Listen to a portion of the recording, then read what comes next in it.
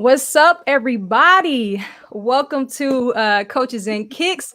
This is officially the Wright State edition, y'all. I'm going to let everybody give y'all an introduction so y'all know who they are. We're going to start up top. Ash, I'm going to put you on the spot. Let everybody know where you from, what's your position, and how long you've been at Wright State. What's up, y'all? I'm Ashley. I am an assistant coach, recruiting coordinator here at Wright State. I've been here for going into my 5th season, and I'm from Indianapolis, Indiana. Okay. Ab. What's up, y'all? I'm Abby. I'm an assistant coach going into year 3 at Wright State, and I'm from Northern Kentucky.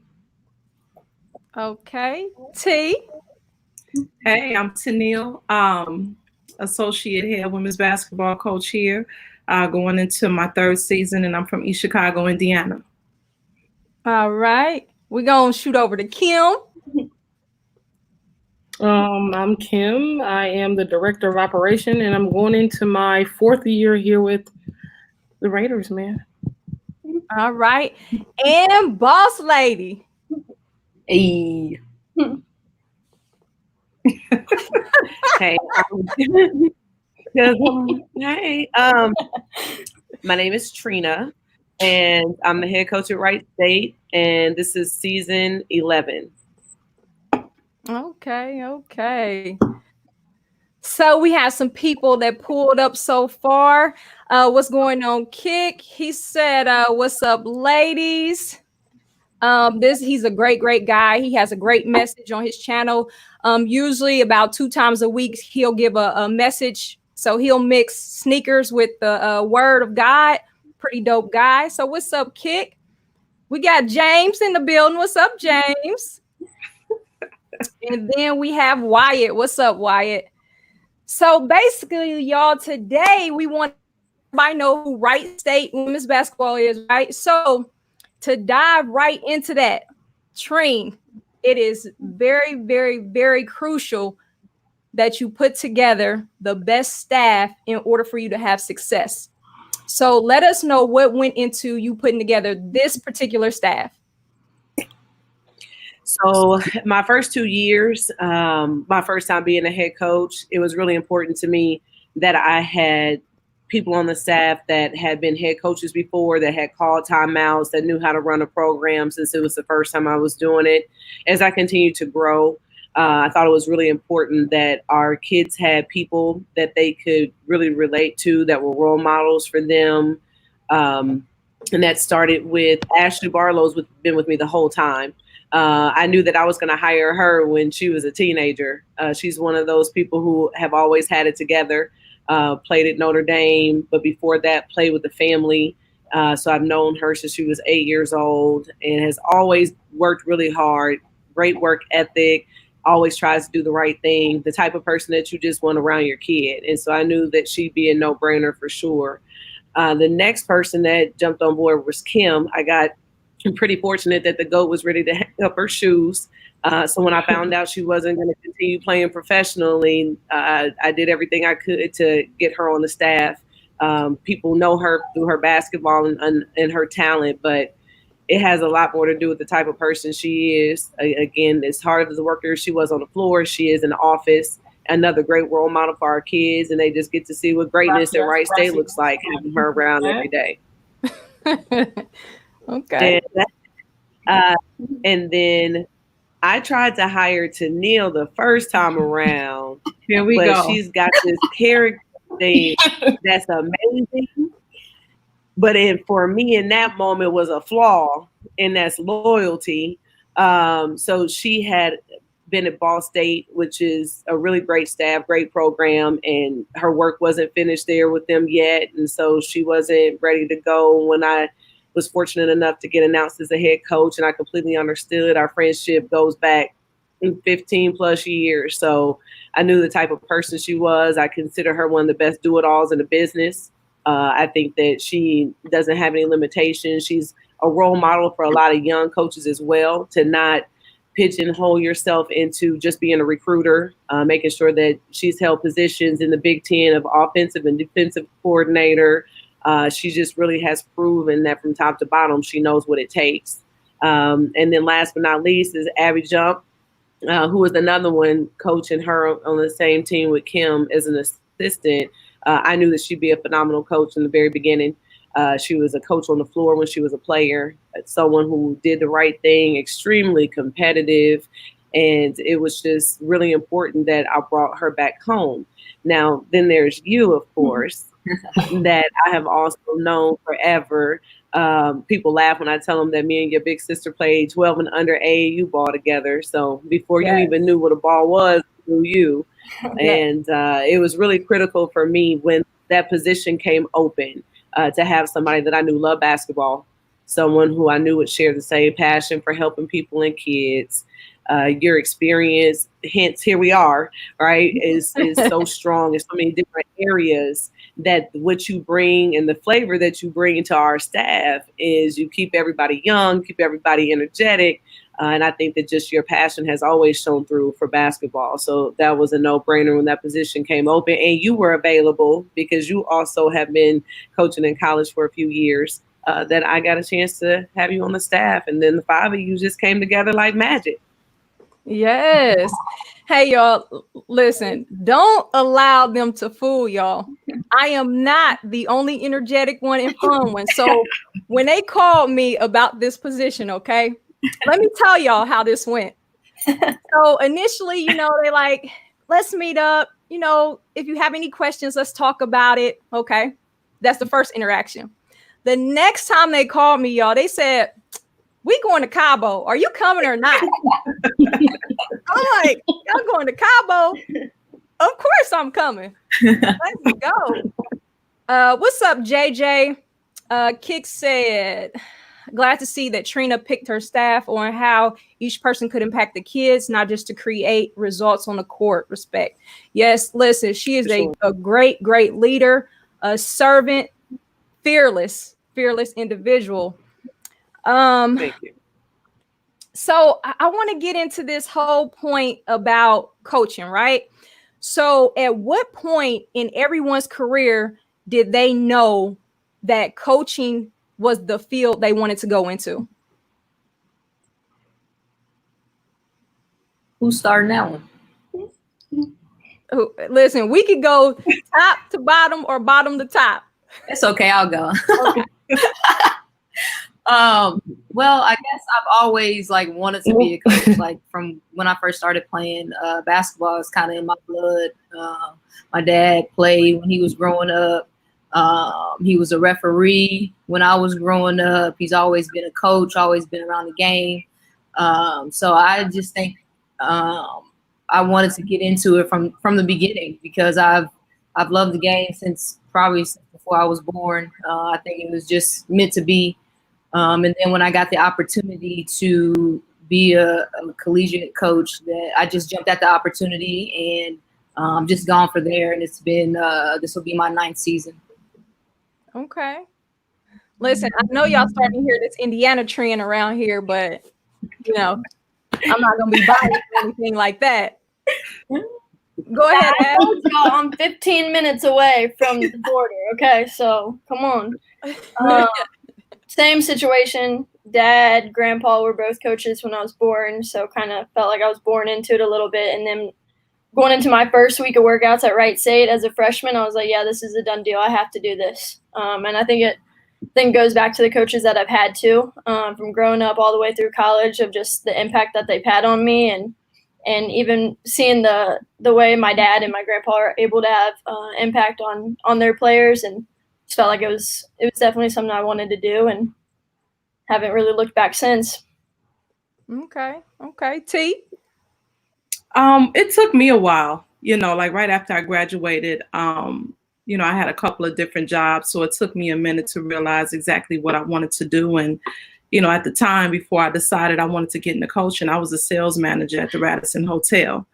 And, I'm just sitting there mulling it over, and I'm like, I think I got a lot to give back to the game, right? Because when you walk away from it, it wasn't, though I had a decent experience, it wasn't quite the one that I wanted. And, I felt like if I had someone around me that could communicate to me in a way, to get me to understand some things, because I was wrong on a lot of stuff. And we'll talk about that all the time as players, right? I didn't do everything right. And when you leave, you think it's everybody's fault but yours, and once you have a chance to chew on it a little bit, you realize you had a lot to do with how your career goes. So, having somebody that could have kind of helped me through that while I was in it versus me having to figure that out years after I'm done playing. So that was one of the main reasons I wanted to get back into the game, is just to kind of, be that person to these players that's trying to figure it out, while they're in it and not having to wait and kind of go through some of the things I went through. So that's why I'm here. And I'm 16, 17, T. I'm 17 strong, 16 strong. So, but it's been amazing. It's been a blessing. It's been a blessing. So I love it. Train. All right, so I'll try to unpack this long, dramatic career in just 90 seconds. I knew when I was coaching with the family, with my dad, that I wanted to coach, and I don't know how I could have done anything else when I was fortunate enough to coach, Shira Eli, who was the Naismith, and Ashley Allen going to Ohio State, and, Amber and Sharika going to Purdue and Marquette. And then I got to coach your squad a little bit. There was just so many talented players that we won so many games that I don't know how you cannot fall in love with coaching. And so my dad had done it for so long. My grandfather was a professional sports agent, so basketball was just everywhere anyway. So I get to Cincinnati, and I think that I have some really amazing coaches. And I always tell people the best year thus far will always be the year that I got to stay on as a graduate assistant at my alma mater. Because just like that, I went from being a player to being on the other side as a coach. And all the things that I thought made our coaches crazy, I completely understood why they acted the way they did, and that it was usually us that had them acting crazy. So that was a very beneficial year. But I knew at 19, it's in the media guide, that I wanted to be a college coach, and it was just to make an impact on young people. And I had been blessed with so many coaches all throughout my career that I just wanted to have the same impact that they did. And this Ubuntu, this nice shirt that Abby got for me, is I am who I am because of who we all are. In the village that I've had the entire time, my basketball family, you guys as family, I just don't know what else I would do if I wasn't coaching basketball, because it literally fulfills every single need that I have as a person, as a competitor. And it's not a job. I don't go to work every day. I get to show up at a building with all my people, and we get to teach kids every day. So it's great. Okay. Now, Kim, before you kick this off, listen. So James said this program is one of the very few schools in the country with an all-female staff. Facts. Demmings is the school's all-time top scorer, male or female. Facts. But Jump was also a sniper in her playing days too. Okay. So the GOAT. And you have a little different role, so tell us, you know what I mean? Like, what made you choose this career path? Man, as cliche as it's going to sound, man, it's obviously the boss lady, man. I get a call from her, and we're just talking because I had a little offer at place in Toledo, Lourdes University, and I was like, let me call Trina. She knows all about it. She's a great person to talk to, and no BS. I call her, and she's like, let me call you back, and I'm like, well, damn, I want to talk, but okay, she'll call me back. If she calls me back, like, don't go, hang on, I got a job for you, and I'm like, oh, okay.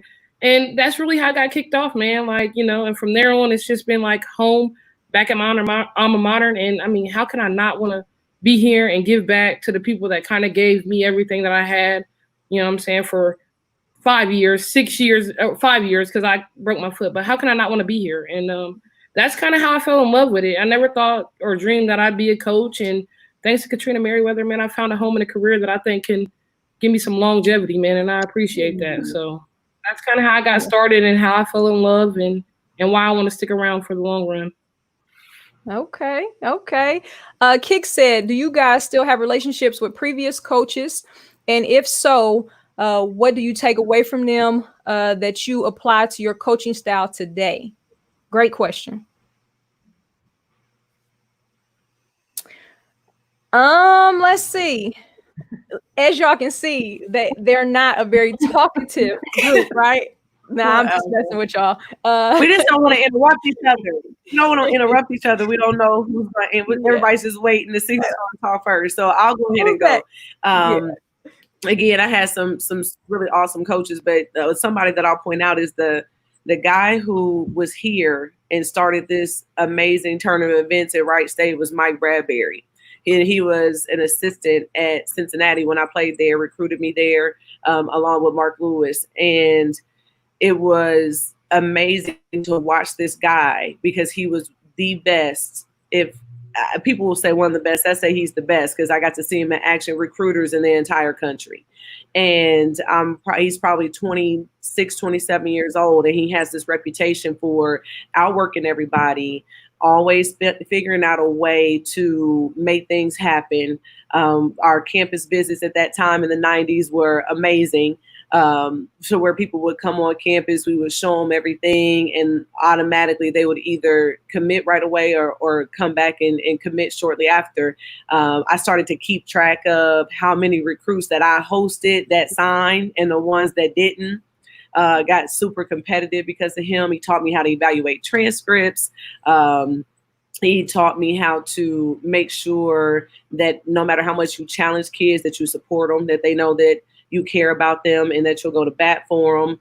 And I think that he, hands down, the 6 years that I've spent with him here at Wright State, and then the 5 years that I spent with him at Cincinnati, those 11 years he has to be the most influential coach that I've had in my career. Okay. Look at T. T, talk to us, T.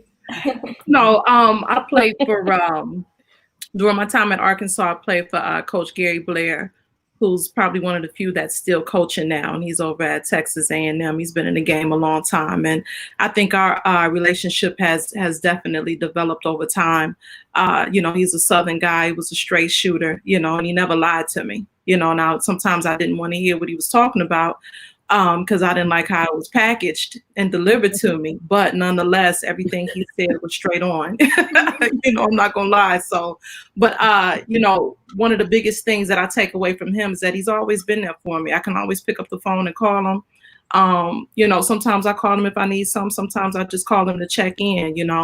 And one of the biggest bits of advice that he gave to me when I first got into the game was, your integrity is everything. And your word. So if you go somewhere, you stay with that coach. You stay with them. You do everything you can for them, and you give them some time, and you honor your word. So that's a big thing for me. And I'm big on accountability too. I just try to deliver it differently so the girls will want to hear from me versus the way that he used to talk a little bit. But all in all, great guy. And I hope to have the type of career and longevity that he's had in this game. And hopefully I'll have some players that call me the same way that I call him.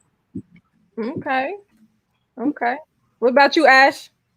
I would have to say,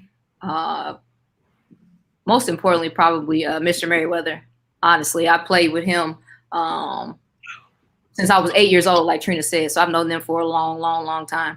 And he just keep it simple. And we just went through the whole when I was 8 years old, all the way up to when I graduated high school, I can play with him anymore.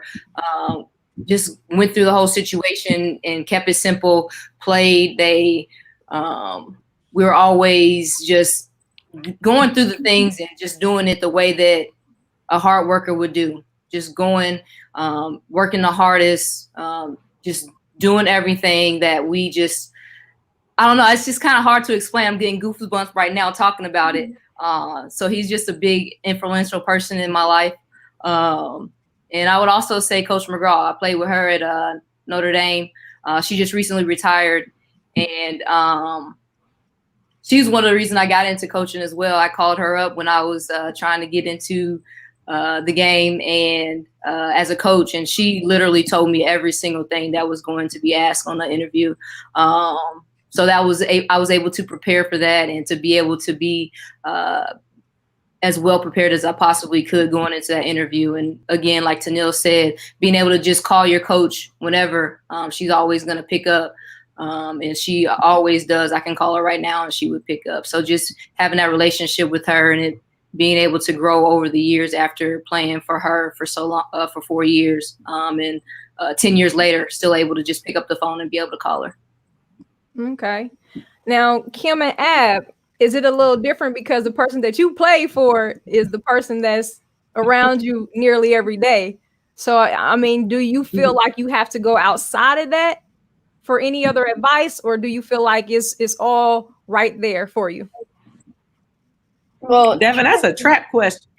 Trina hit it right on the head on Bradbury. So we got to play for Bradbury when he was the head coach here. And he was preparing me for the job even when I was a senior. So he was getting me ready for that. And I still call Keith Freeman, who was on staff. He's my book club guy. He'll send me books that I need to read, podcasts I need to listen to.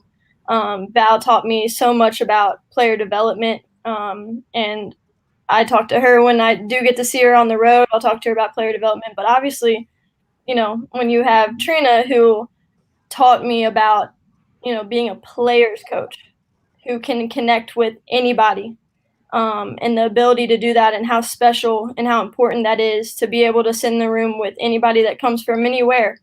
And it may not be the same place as you, and be able to connect with them and then get the best out of them. So, yeah, I think we're pretty lucky. And Trina has heard my calls where I'm crying, where I'm boo-hooing, where I'm trying to figure out left and right what to do at every school I've been at. And I think it's really important in this profession that you have a circle where you have your foxhole, that those coaches where you call that aren't going to agree with everything that you say, but tell you everything you need to hear in that moment. And Trina has always been that for me since day one in the profession, where no, you got to do this, and you got to, you should do this, and you shouldn't do that, and you got to watch out for this. And so, yeah, I think it's incredibly special that she's 2 doors down from me now.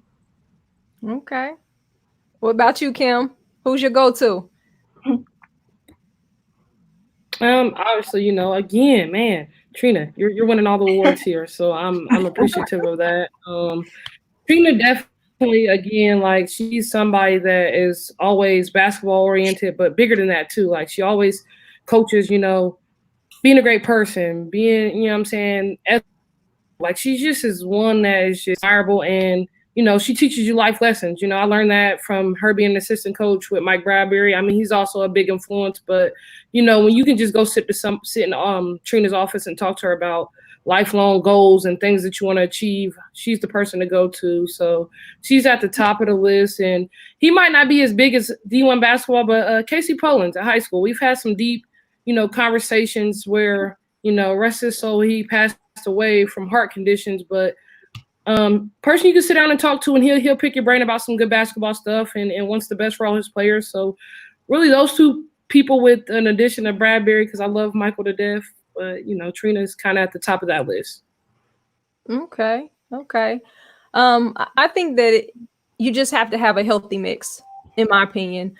There's certain people that I talk to about life things, and those same people are the ones that taught me about basketball. But in certain situations, there are certain people that I go to as far as basketball.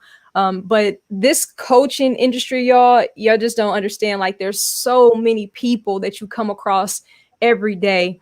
You meet so many amazing people that you definitely can find a circle. And I think that that's the one thing that I really love about this profession is the friends that you make, the lifelong friends that you make. So I want y'all to tell me now, this staff has had some amazing moments. Okay. But I want y'all to tell me, what is your proudest coaching moment?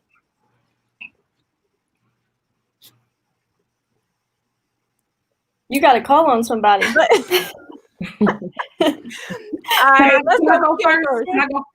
Like Trina said, we don't want to cut each other off. Okay. Let's go with Kim first. What's your proudest coaching moment? I mean, it obviously has to be the year that we won the championship, which would have been 18-19. To go and do it as a player in the 13-14 year was amazing alongside Abby. Trina was there, so we all got to experience in that. Trina, you did it as a coach then, so I know that's kind of like, it was special, but to do as a player was big. But to come back and enjoy it on both sides, it's unmatched, man. To put side by side pictures of you holding a trophy, one as a player and one as a coach, like it's important, and it's a life-changing experience, and that's something that you like. That fuels the fire. Like, you want to do that every year. Like, so that would probably be one of my best moments, is when I won it as a coach. To experience that on another level or a different side of basketball, that was huge. So I would say that was my proudest moment thus far. Okay. Ash? That's a good one too. Probably I would also say the 2019 Horizon League Championship, being able to do that as a coach and seeing everything come full circle, seeing all the hard work those kids put in to be able to accomplish that, and all the hard work that led up to it, to be able to do that was pretty special. But I would also add that just being able to see the different kids graduate, be able to get jobs at the end of that, and then call you and just say thank you. I still have relationships with kids from previous schools as well. So just being able to hear that and to just call and check up on them, and they call and check up on me, it's just an amazing feeling. Okay. T? I'm telling you, it's going to be when we won the Horizon League Championship, and I've been a part of I don't think I've ever been a part of a bad team as a coach, but I've never won a conference championship. So, and selfishly, I know it's about the kids, and their experience and all their hard work. So not to eliminate them, but personally for me, that was amazing. It was amazing to be a part of that. It was amazing to be asked to be a part of that. I thought that was tremendous. And then just being here and being with these girls and being able to be really, really vulnerable. Me and Trina talks about it a lot, to just be vulnerable for the first time in my career with these young women. And so I think, as far as a coach, that's amazing to be able to do that and really let your hair down, for lack of better words, with the girls, and just really be in it and in tune with them, and 2 feet in with them. So it's been really cool that way. Okay. What's good? What's the sneakers? Ab, let's hear it. Yeah, tournament. It's hard to top that, right? But the regular season championship for me was unbelievable. And outright, no co-champions, just for 18 games, we were the best team. That was an incredible feeling. And to do it on the road was awesome. But I think my proudest moment was coming back here, for sure. Like to be able to be at 2 other really great institutions and be a part of 2 really awesome staffs, but to be able to come home and to be with you guys, like it's incredible. So I think that's my proudest moment, is just to be able to come back here and walk into the office every day, really. Okay. Trine. So I'm not going to pretend that the conference regular season tournament championship or not obviously 1A, but since everybody used those, I'll say that there's been 2 moments where the stage was set for that. So when we had our first meeting that year, if they remember, I'm sitting in the meeting room and I'm thanking them all for being there, and I'm about to cry, because people don't always understand the things that have to happen and the things that have to line up for things to happen the way that you want them to. And when I say that I prayed for the coaches that were in that room to be in that room on this journey, I prayed for it. And it was amazing how those things started to happen, including catching Kim before she accepted that other job, Ashley being willing to leave the institution where she was, for Abby to be willing to leave the institution she was, same with Tennille. Like, all those things had to happen. And I was proud, because every time you hear me say, if I pat myself on the back about anything, it's about putting y'all together. Like, because that's that, I did that moment. Like, yeah. And not just for me, but for our kids, and then when we were able to hire your position, Devin, like, I didn't have to call anybody else. I talk to them and I say, hey, I think I got the perfect person. I think we talked to you. I talked to you one time on the phone and you didn't know that all 5 of us were in the room and they were listening. And they're like, yeah, she's the one. Like, that's going to work. Because it's not about just working well with me. Like, you all have to work well together. Otherwise, you give me a headache from all the crap that y'all go through together. So I couldn't think of 5 people that I would want to work with every day that I also wouldn't want to work together every day. And all of that foundation had to be set before we broke any records, before we get ranked in the country for rebounds or defense or whatever. All the right people have to be in place. And so those are my proudest moments, is when I look at this screen and I say, yeah, I did that. Yes, most definitely. Listen, y'all, I need y'all to understand this, okay? They all said the same moment, right? And let's rewind to when I told y'all, they called me and said, are you going to Cabo? I need y'all to understand that was still part of their celebration from the year prior, okay? So don't get it mistaken. Like, they party good. They celebrate good. But yes, listen, y'all are amazing. I love y'all so much. It is a blessing to be on the staff with y'all. Truly, truly, truly. My next big question for y'all. So we all know that basketball has changed so much over the years. Okay. So what do you feel that you've had to do as a coach to adjust to the players as well as the game? I'll take it. So adjusting to the game is just so much faster. I think that you have players that are bigger, more athletic. When I played, I literally was a 4, like a 3-4 player at 5'8", 5'9". And now we're recruiting 4 players that are 6'1" and 6'2". I think that I was a pretty average athlete. And even when I look at all of y'all on the screen, like, guaranteed everybody was more athletic than I was.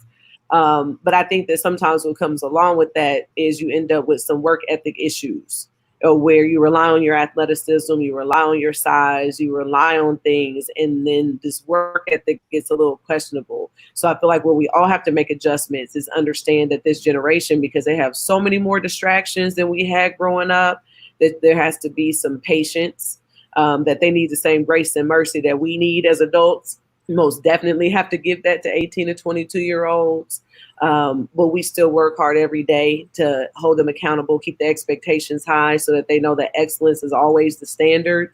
But just to have enough patience to understand they all come from different backgrounds and they have different experiences. And you have to be willing to understand who they are as people before you can ever begin to expect anything from them as basketball players.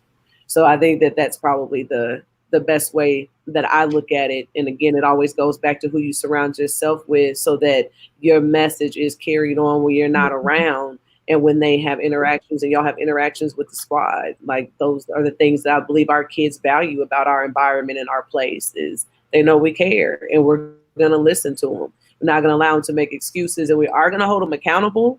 But at the same time, when things go wrong, we don't go right into punishing people. It's, well, what's wrong? Like, what's going on? Talk to me about what's happening in your life that would cause you to make that decision. And I think you just have to have that with this generation. So. Okay. Anybody want to add to that? Yeah, just kind of piggybacking off of that, being able to learn and get to know these kids, like she said. You got to learn how they like to be coached and how they like to be talked to before you can even start to even try and coach them. So just learning how to talk to them and knowing their likes and dislikes, getting to know them in on a more personal level, and just getting to knowing them while how they wanted to be coached. There's obviously a time and a place to get on them, but there's also a time and a place to just call them over and let them know. I was one of those players that I did not like to be yelled at, so I tried to do everything the right way, but obviously we mess up.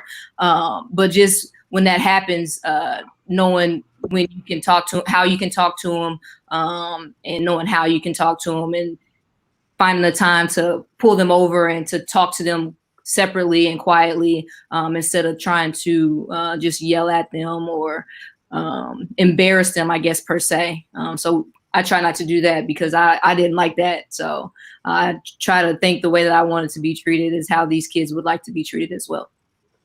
Okay. Anybody else want to add anything? I think they hit it on the head. I think that, again, I've heard this time and time from Trina. We're always going to get the kids from 18 to 22, which, it's a lot of learning to do in those 4 years. From 18 to 22, they're going to make a lot of mistakes. But again, the atmosphere that Katrina creates, like, it lets them be vulnerable to make those mistakes and learn from them. You know what I'm saying? To not be able to be fearful to tell the truth, like, oh, I messed up, I got to hide it. She creates an atmosphere where you can tell the truth, be honest, be vulnerable. And to me, like, that's kind of something that I'm still learning too. I'm still pretty young, and to be able to just kind of step up and tell the truth and take ownership and accountability for the things that you've done or didn't do is huge. So I kind of appreciate that about this program and what you've created, Trina. Yes. Listen, y'all, this is a great group of women, once again, to learn from. It definitely is. My Kick Sick, thanks for stopping by. Greg, what's up, man? Another question. What do y'all feel is your biggest asset as a coach? Let's go with T. What's your biggest asset, T? I don't know. Probably my ability to communicate with them, and kind of get on their level a little bit. And I think the X's and O's are what they are, but I think the most important thing is knowing how to talk to these kids. And like we said earlier, just trying to figure out how to coach them. But I think I'm pretty good that way with being able to communicate and understand them. That may be my biggest strength. Okay. Trine. Yeah, a lot of the time, as you get older, you find out that your biggest strengths are also can be considered weaknesses at some point. I am a player's coach, and sometimes that gets me in trouble because I say yes a lot. And I'm lucky that I'm surrounded by people who say, Trina, it's a no. Especially Kim. Kim's like, Trina, no, you can't say yes to them all the time. So yeah, I'm that head coach that complains about you not being in shape and then brings you cookies and chocolate and stuff. So I think that's probably it's just being compassionate and empathetic. And I was just raised that way, to look at people and assume that if you do something that looks sideways, it has to be because something is going on in your life, because no one would just choose to make their life difficult unless it's the only thing you know, or unless it's the only way that you've been raised or the environment that you've come in. So I would like to think that just being compassionate and empathetic and being willing to listen and understand people is probably my biggest strength. But again, it causes me some problems here and there too. Okay. Kim and Kim. I think I'm gonna have to agree with Trina and Tennille. My biggest, I think, strength again would be just trying to connect with each player in a different way. Because again, you have 15 people with 15 different personalities. So trying to understand them and what they're going through, and knowing that your approach to each one may be different, may be similar is kind of where I think I try to fit in at. I try to understand each one for what they are and who they are. And I would say that I do a decent job at it. Could be better, but that's something that we'll continue to work on. But just trying to understand them. Okay.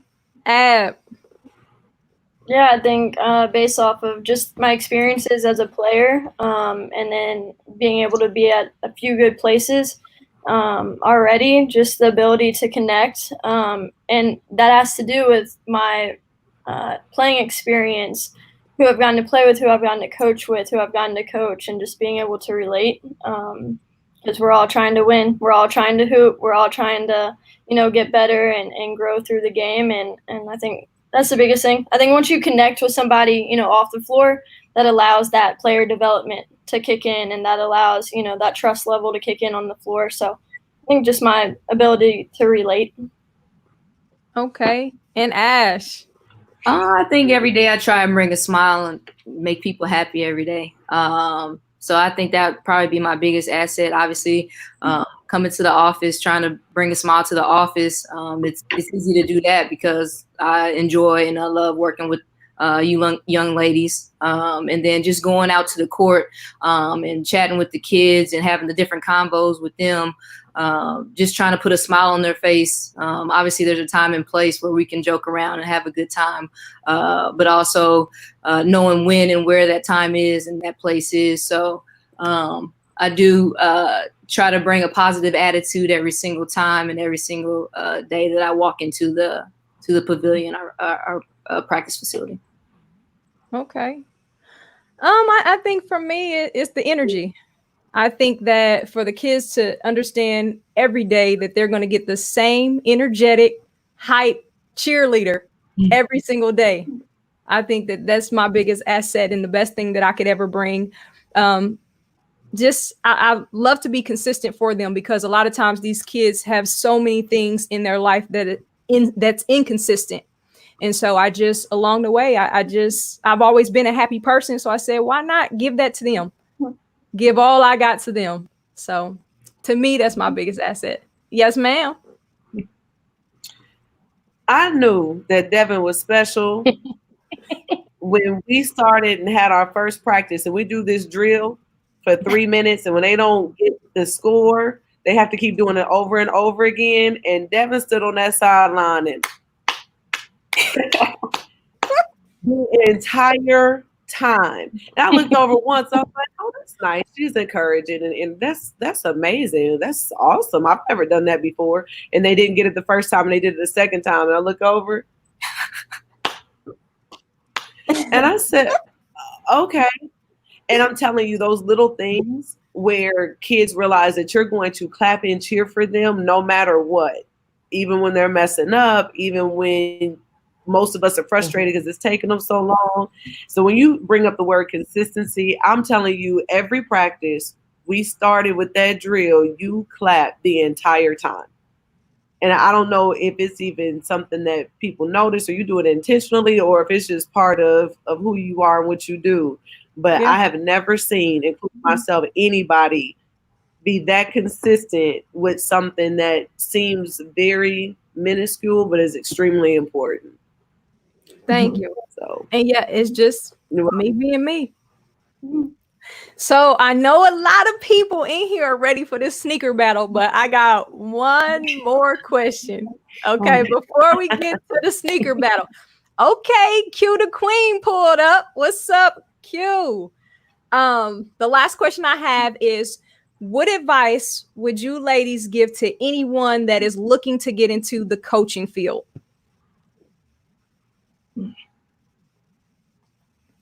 Anybody can take that one first. You're going to make me do it? Yeah. You're going to make me do it. I'll go ahead and do it. I think there's a lot of different ways to get into coaching, especially now. I think that when it was Tennille and I were first starting to coach, I think you had a particular route you had to take where you had to figure out how to volunteer or be a graduate assistant and then work your way up through the different positions. But the reality is that you have to be able to coach and recruit players, really, really good players. Because when you are trying to get into coaching, staffs are already formed a lot of the time with people who do X's and O's, that do late game, that do defense and offense. They need really good players in order to make all that stuff look good. So if you want to get into coaching, if there's a local AU grassroots club that's in your area, I would try to volunteer and I'd go coach there. Because what it does is it allows you to get in with some people that know what they're doing, the people who run that program, some players that are talented enough to at least their parents are invested in them to go play all summer. And then through that, you get to meet a lot of college coaches as they recruit those players. And I think we have a lot of people here that have either trained, coached summer ball, grassroots, or have trained people. And that's kind of how you build your reputation for player development, for being able to recruit and have and build and keep relationships with people. And I think that those are probably the most important things. Going to clinics and learning how to break a 2-3 and a diamond and all that stuff, that's not how you do it initially. you can know how to do all those things and develop into all those things. But at the end of the day, people need young people that come into their programs and know how to help them manage these personalities of these players and to take care of them. Okay. Okay. Who wants to add on to that? Let's hear it. Oh, And then we're gonna come to UT. Okay, no worries. well, I think like as a player, you want to find something that you're great at, right? To stay on the floor and to be productive in those minutes and to be effective for your team and to help your team win. I think it's the same as when you're getting into coaching. Once you're in and you get your foot in that door, you have to find something that brings value to the table every single day, to that staff, to that team, to help whatever your head coach is trying to accomplish for that program, to help them do that. So I think I relate it back to being a player. You just got to find something that you're great at and then do it every single day and then get better at it every single day. Okay. T? I think you got to love it. I think you better have a genuine love for this game, because I think when you watch ESPN, it's very sexy. And you see the Power 5 jobs, and regardless of what level you're on, we want the charter flights, we want the Nike logo, we want all of those things, and that stuff looks really good. But that's you gotta love it, because maybe you'll get there, maybe you won't. Maybe you'll be at the D2 or the D3, or you'll be JUCO, or whatever the case may be. But it's a marathon. So be in it for the right reason. Work your ass off, and when your time comes, and if you're blessed and lucky enough, because it requires a little bit of that too, maybe you'll get some of those sexier things. But I think you better do it because you love it, and that's for everything from not minding, mopping floors or washing tights, or driving these kids around, because it's a grind job. It's a grind job. So all that other stuff is just icing on the cake if you can get it, but that can't be the only reason for getting into it. It's because we're watching people on TV every day. I mean, it's a lot of work that goes on behind the scenes. So, make sure you have some durability, and it's something that you really want to be in for the long haul. Okay. Kim? I agree with T, man. Just having a great work ethic. Like when you get into it, man, there's gonna be some stuff that you, again, like T said, that you want the glamorous part of it, but there's a lot of hard work behind, a lot that goes into running a program. So, being able to be humble and do the gritty work as well as enjoying the good work of it, man, is something that you have to have and be willing to do. And from there, if you just have a great work ethic, I mean, you can work your way up and again, like T said, be at those Power 5s with the luxurious things. Ash? Well, they pretty much said it. Just whenever you get your opportunity, you got to give your 100% every single day. Whatever that looks like, you got to be willing and able to do that. And like they said, do the dirty work. Just giving all of that every single time you step into the office, every single time you're talking with a kid, every single time you're doing anything, doing your job, like you've got to give your 100%. And you also got to be someone that your head coach can trust, not just with the staff, but with these kids as well. So I would say the biggest advice is being somebody that your head coach can trust, and then just giving your 100% every single time you step out there. For me, I would have to say be where your feet are. I think a lot of times we look forward to what the next opportunity could be, and you absolutely miss out on everything that is where you are, everything you could have learned, everything you could have enjoyed in the moment to be better. So that would be my advice to anybody getting in this. Be where your feet are, master that task and that job title first, and whatever's meant for you, it'll be for you. So let's see. We have a question before we get to this battle. Kick says, my son has autism. Have you guys ever coached anyone with special needs? Has anybody coached anyone with special needs? I haven't. No, I haven't. I have not. No, I haven't. Okay. No, Kick, we I spent have some time in not. the classroom, so I've had some students who had special needs or who were autistic, and a lot of the time, I see the comment too. A lot of the time, they're not interested in sports. They are far more intellectual and do a lot of reading and a lot of what I've referred to as really cool stuff instead of just running up and down a court, getting hit and beat up and scratched and hurting themselves. And again, I had one autistic student and I thought he was a joy to teach every day, but he had zero interest in sports. He was into reading about a book every 3 or 4 days. All right, y'all. So what y'all been waiting for, the sneaker battle. Okay, so we are going to go 5 rounds. Chat, y'all got to vote. That's the only way we will know who wins is if y'all vote. Okay. Now the people on the panel, you can jump in on any category you want. You don't have to be in on every single category. Okay, but we got 3 of us who's in on every single category. Okay, so first category, first question. Pull your favorite Jordan. All right. Let me hold on. Let me do a little timer. Can I just say we've all been set up for failure? Oh my gosh. No, they haven't. Listen, y'all. They got sneakers, okay? Okay, we only need 15 seconds, right? I think so. Okay, 15 seconds. Go. See, look at that. Yeah, just scan the wall. Yeah. Hey, this is the part that I'm even You have wondering 3 why I'm here. seconds, Devin. Okay. This is for the entertainment, T. Entertainment. Okay. Okay. We gonna pull on the count of 3, okay? 1, 2, 3.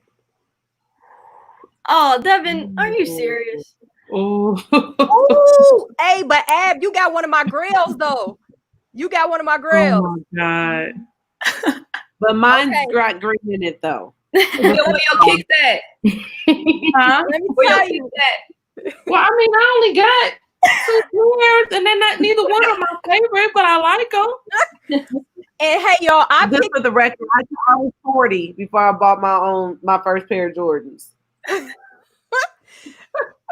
Okay, listen. I did the off-white 5s because Ab is the one That who is helped not me fair. get this. It's not Okay. So y'all gotta pick. Chat. Who you going with? Okay, I got The rose gold. somebody said 4s. Okay, so Kick said 4s. Okay, Jordan. You got to vote, Trine. Oh, that's me. I got the 4s. Yes, Yep. please. But the bottoms of these 2013s. Oh, Come on. But mine are green. Trina, the did you know those were Okay, Trine got 2 votes. I told y'all. Ash, you got to vote. Okay. Ab, you got to vote. Nobody like your off whites. I like your off whites. I know. And I picked it. I pulled it because Ab helped me get it. Yep. See, that's my grill anyway. Q, you already know that's my grill, so I would have went with Abs anyway. Ab, you got another vote. Y'all about to make me go get my 2 pair of Jordans right now? All right. Kim, that's what I did. All right. So Trine and Ab got the 2 most votes on that one. Okay. They about to make me get my 2 pair and pull them out. Okay. Great job, Trine. Next question is for your least expensive sneaker. Least expensive. Let me get my timer. My least expensive? Yes. So the shoe that you paid the least amount of money for. No, just any tennis shoe. Yep. Least amount of money. Ready? Go. 15 seconds. See, you got to go to the basement because you got them down there. Don't play. You got them. Hurry. 3? He said they all right there on the rack. All of them. And she better not pull a pair that we've gotten from Wright State. Hey, the timer went off. Right. Wait, hold on.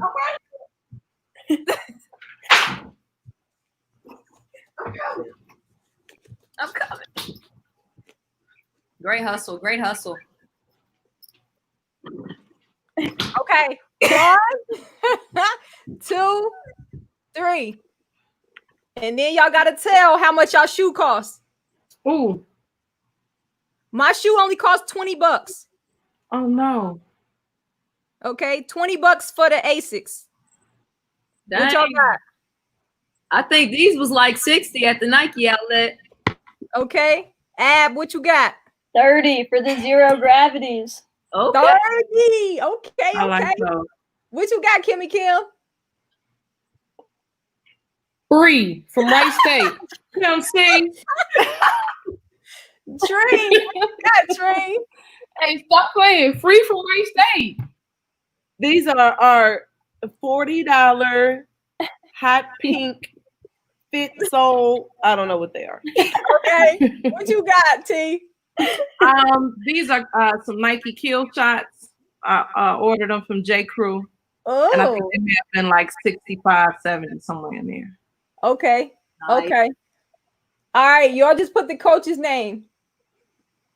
Chat, who won So it that looks round? like I won. Chat. Who won that round, y'all?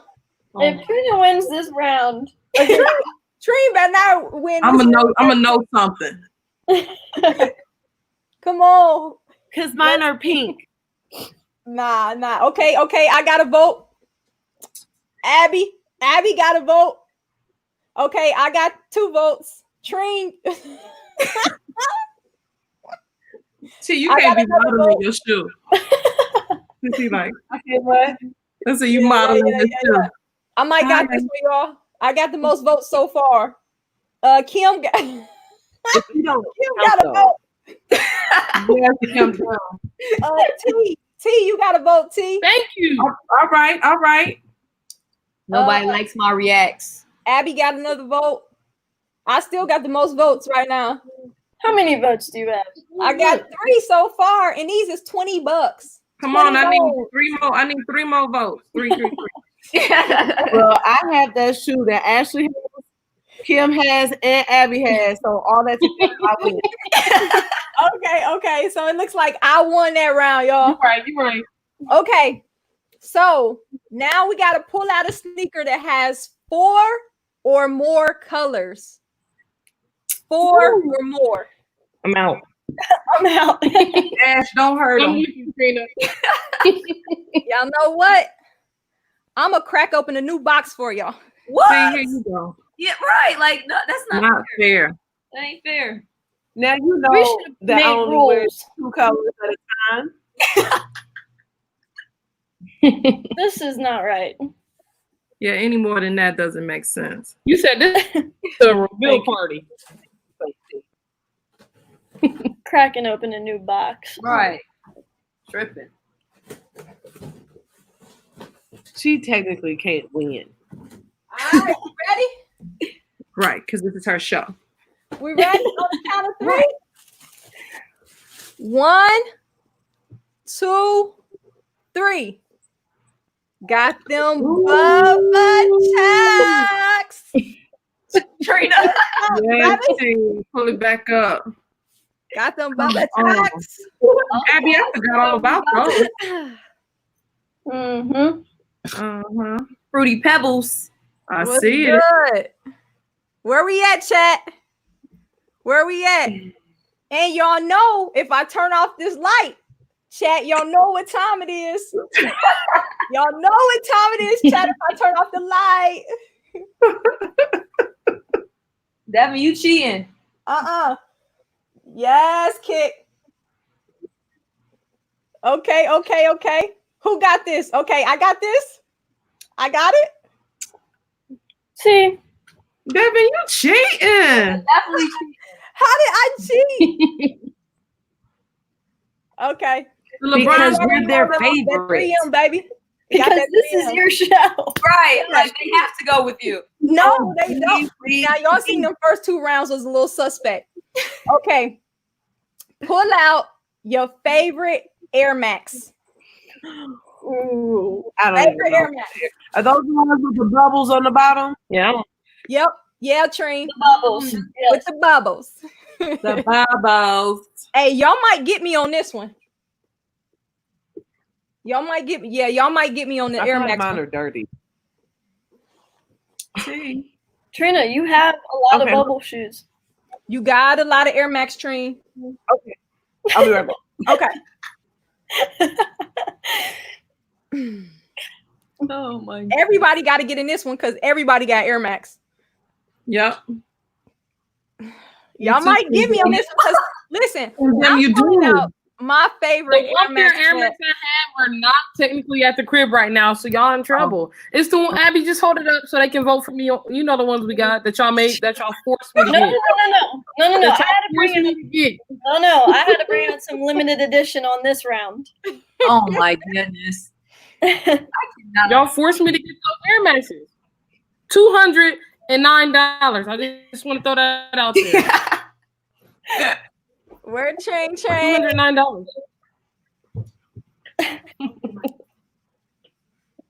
All right, what I got? Do I got 2 rounds? I got 2 or 3 rounds. I can't. No, I only got 2 rounds. I only won 2. And we still got 2 more categories. Oh, okay. You know, hey, Holly, I'm telling you, every day, these ladies, I'm telling you, it is a joy to be around them every day for real. Okay, Kim. See, Kimmy Kim, why you didn't pull him out, man? Oh my God. You were pull those out in the first category. Man. Air Max is my all-time favorite. So let's see some heat. I don't like the way they look on my feet, man. I Hey, don't like the way Greg, they we look on gonna my try to feet. bring some heat for you, man. But I'm telling you, they might have me on this category, Greg. On the count of 3. 1, 2, 3. I got the Just Do It. That's my favorite Air Max 1. The Just Do It's right now in my collection. Hey, but these are Wright State edition. 270s. Oh, Q. But mine are neon. Q, I already know your vote right now. Q is about to vote for T. So T, you got to vote off top. Q, Come on with the Fab 5, man. Come on. Don't play me. Yeah, chat. I can win this one, chat. I already knew. Hey, Q, I already knew what was up. Them Just Do It Air Max 1s, y'all. That's my favorite Air Max 1 in my collection right now. Trina, somebody, okay. Trine. Yes, Greg. Yes, that's what I'm talking about. Fans on here. Come on, I need You got fans. Oh, okay. Fans. I got 2 votes. I got 2. I got 2. Ab got 1. Trine got 1. T got 1. But y'all, Wright State edition 1s. I see. I know. Hey, you got to vote. You already got to vote, Ab. I need 2 more, right, to win. Mine are neon. Mine are neon. Oh, Trine, you got enough. No, Trine, you don't got to vote. That's still my vote. He Come on, y'all. But I got a compliment though. I got a compliment though. You did. Okay. Compliments count too. Hey, if another vote don't come in, I won that round. Dang, come on. What about these? Don't T. Yo, That's the one I got. Hey, what's up, T? You better put them Barclays back up here. Yeah, I'm telling them it's fire, T. They not going though. Okay. Okay. Looks like I took that one. Okay. The last question of the night. So, chat, I said, what's your best cop of 2020? Do y'all think we should stick with best cop of 2020? Excuse me. Or do y'all have a better question for us? Let's see what the chat say. I think that we should go with best cop of 2020 though. Because I think that gives you a range of things that you could pull.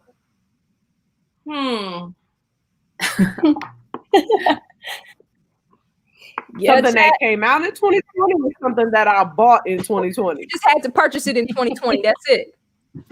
Just purchase it in 2020. All right. We rolling with that question then. All right. Y'all ready? Okay. Let's go. 15 seconds. Kim. You know, Ashley, you know I am not I know. a huge fan. Now, if we have a fishing episode and then you want to talk about some weights, episode. I got you. You want to have a fishing episode? Please. Kim, you're stronger than me. I get peer pressured into these things. I know. Do I know. You know I don't buy them. It's You sad. like the bubble shoes. I do. No, I love those. Love them. We Love ready? them. Yes. On the count of 3. Can I do 2? 2, 3.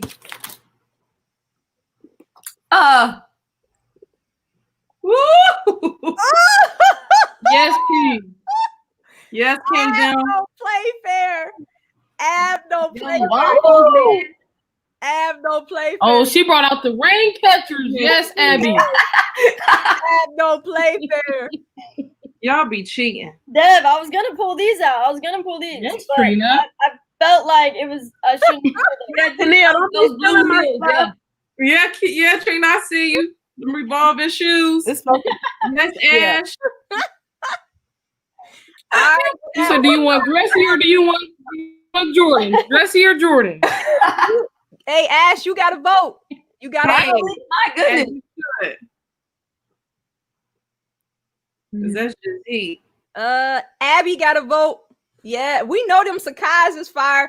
I didn't want to bring out mine in the other category because I knew if Ab bought them, that was going to trump all.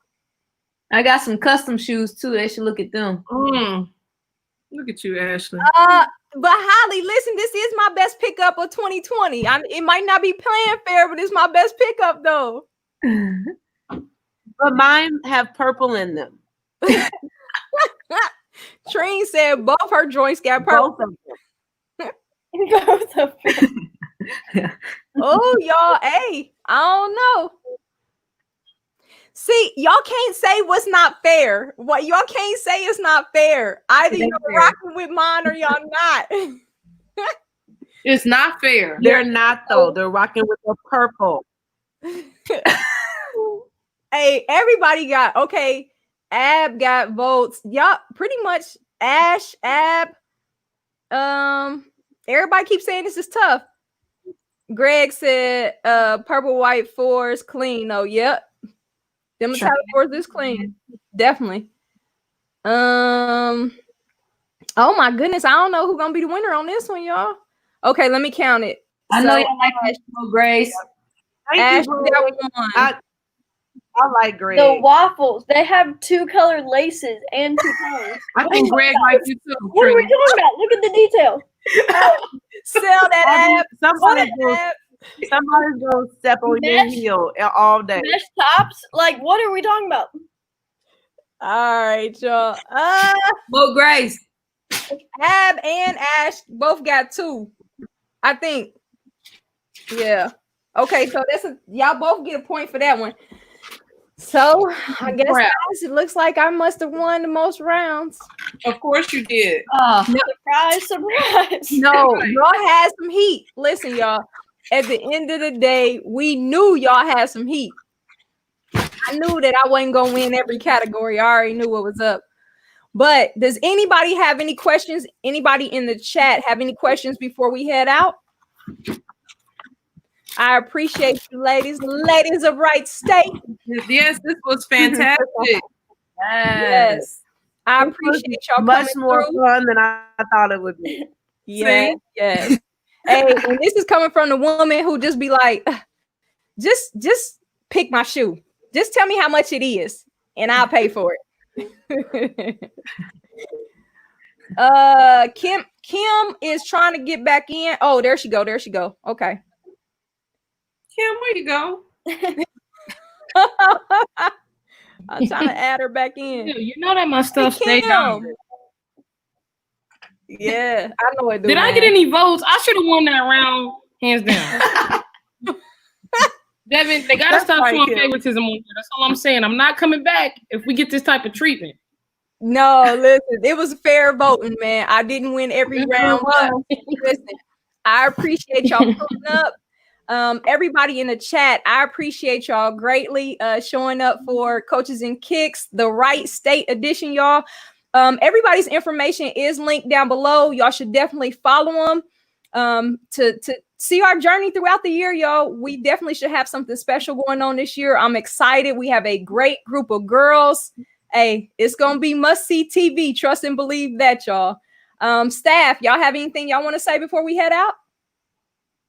No, I think I can. I just appreciate the invite. Yeah. I'm around shoe great, so thank you. No, I think Thanks, Yeah, thanks, Deb. Deb, you're awesome, and I think I can speak for all of us when I say that we're all really proud of you for taking this something that you love and having an impact and touching a lot of people with it. So keep doing what you're doing. I appreciate it, and I appreciate y'all support. Listen, y'all, no matter what it is, these ladies always support me. And listen, they not all of them love shoes, right? But they said, listen, we still gonna show up. We gonna show up. We gonna have a good time, and we did, y'all. And I appreciate y'all. I appreciate y'all. Well, that is it for tonight's show, y'all. I will catch y'all on the next episode of Coaches and Kicks. Have a good night, y'all.